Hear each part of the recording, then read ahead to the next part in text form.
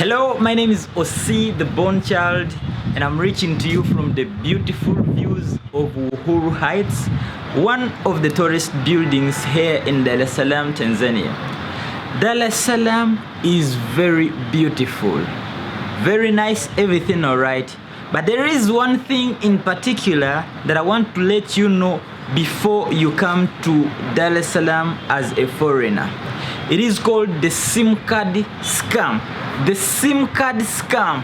What is it all about? That's what I'm going to be telling you in this video in two details. But first, check out my view. You guys, like, this is what I see every morning while here in Dar es Salaam. Karibu Nairobi, Kenya. Kigali mu Rwanda. Bujumbura, Zanzibar, Jambiani, Mombasa, and Coco Beach, Dar es Salaam.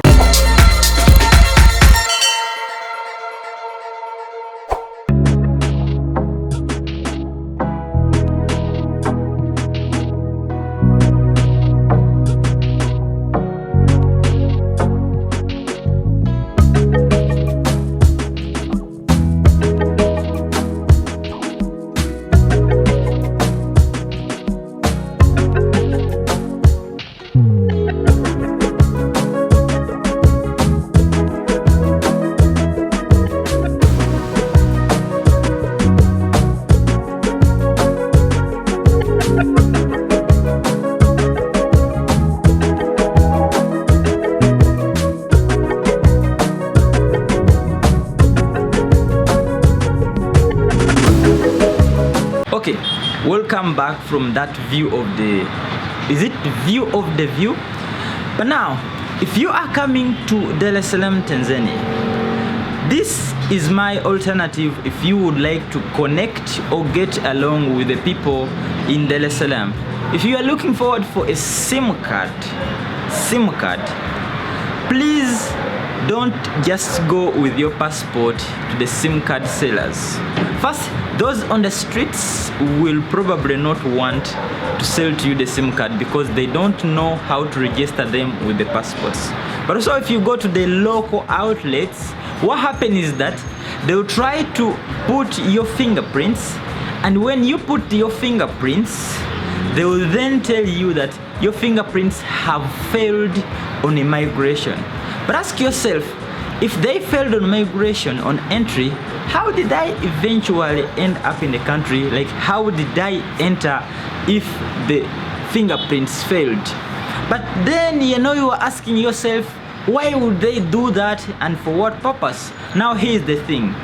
Most of the SIM cards, namely Vodacom, Tigo, Airtel, to mention, they are for 2,000 Tanzanian shillings. But when they tell you your SIM card has failed, like your fingerprints have failed on immigration, of course you want to connect, probably you want to go online, you want to find locations, you want to meet with the local or the person you came here to meet.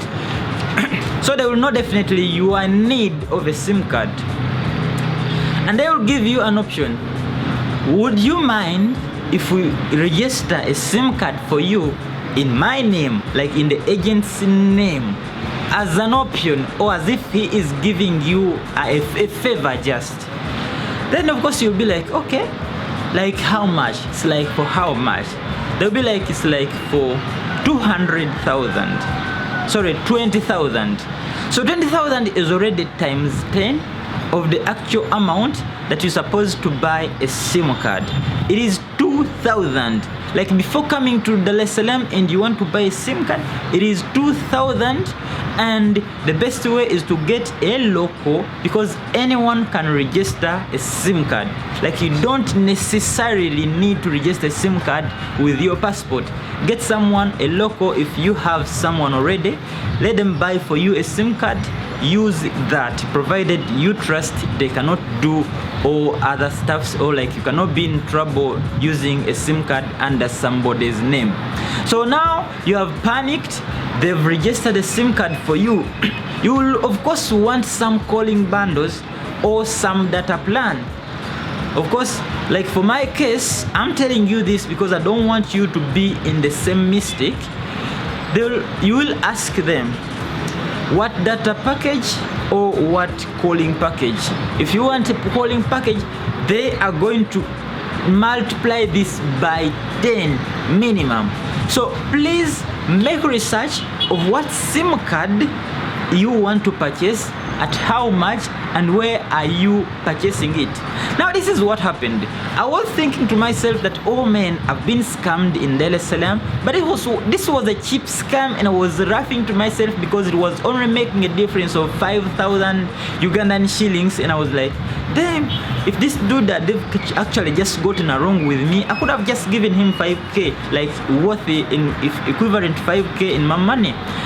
But then at my accommodation, I found a white guy stranded at the elevator who wanted to connect with his Airbnb host, and he had the same problem. But for his problem, it was even worse than mine, because you know what happened? They sold him a SIM card after telling him that his fingerprints failed at the immigration, at the custom, like on entry. And they sold him a SIM card that eventually, after reaching the SIM card, was not connecting. But you know, he even paid for money that he wanted to upload, like to load a package for calling and also a data package to go on internet for a week, and it was also not connecting. So he was all there filming, wanted to connect with his Airbnb first, then he goes to claim for his money at the outlet. So it was all a mess.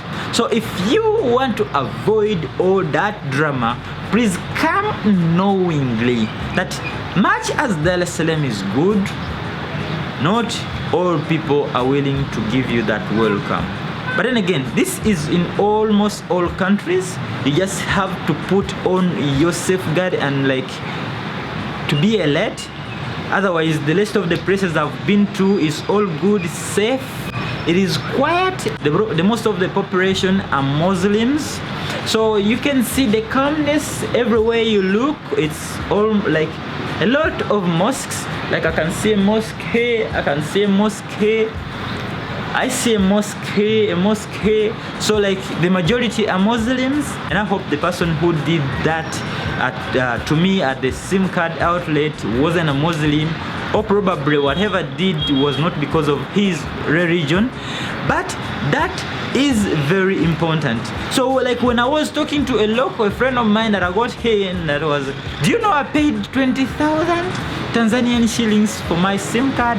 She was like, damn, I cannot pay that. Like, damn, that's crazy, too much.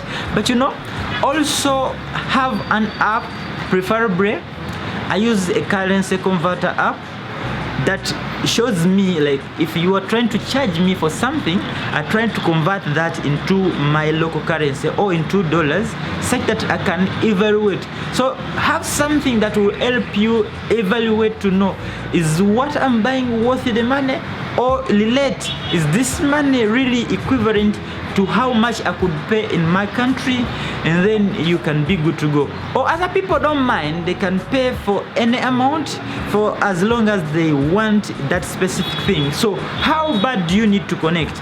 If you don't need really, like, badly need to connect, then again it's also bad. Like buying at the airport, like stuffs at the airport are also very expensive. So I wouldn't recommend you to buy SIM card at airport, because you're going to buy it for $10. Like then that will be a total leap off. Unless otherwise, I hope you have noticed that before coming to Dar es Salaam, be aware of the SIM card scam. I'll be letting you other things as I go on observing. Until next time, I'll be seeing you, my good people. Love you, and please take care. Bye bye.